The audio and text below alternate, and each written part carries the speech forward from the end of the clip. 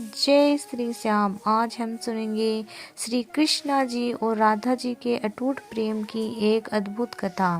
कहते हैं एक बार नंदलाल काफी बीमार पड़ गए।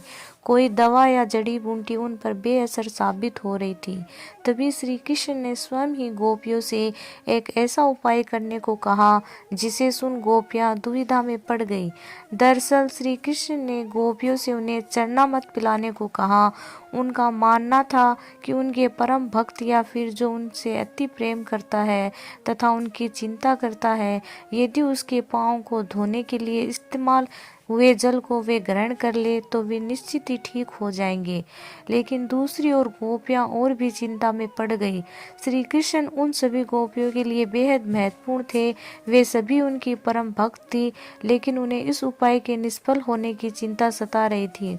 उनके मन में बार बार यही आ रहा था कि यदि उनमें से किसी एक गोपी ने अपने पाँव के इस्तेमाल से चरणामृत बना लिया और कृष्णा जी को पीने के लिए दिया तो वह परम भक्त का कार्य तो कर देगी, परंतु किन्हीं कारणों से कान्हा ठीक ना हुए तो उसे नरक भोगना पड़ेगा।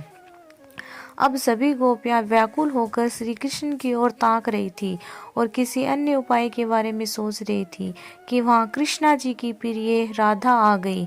अपने कृष्ण को इस हालत में देख के राधा के तो जैसे प्राण ही निकल गए।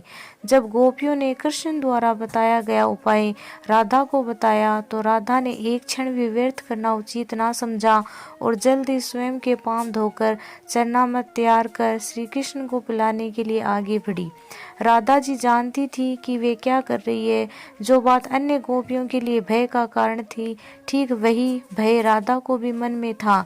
लेकिन कृष्णा को वापस स्वस्थ करने के लिए वह नरक में चले जाने को भी तैयार थी।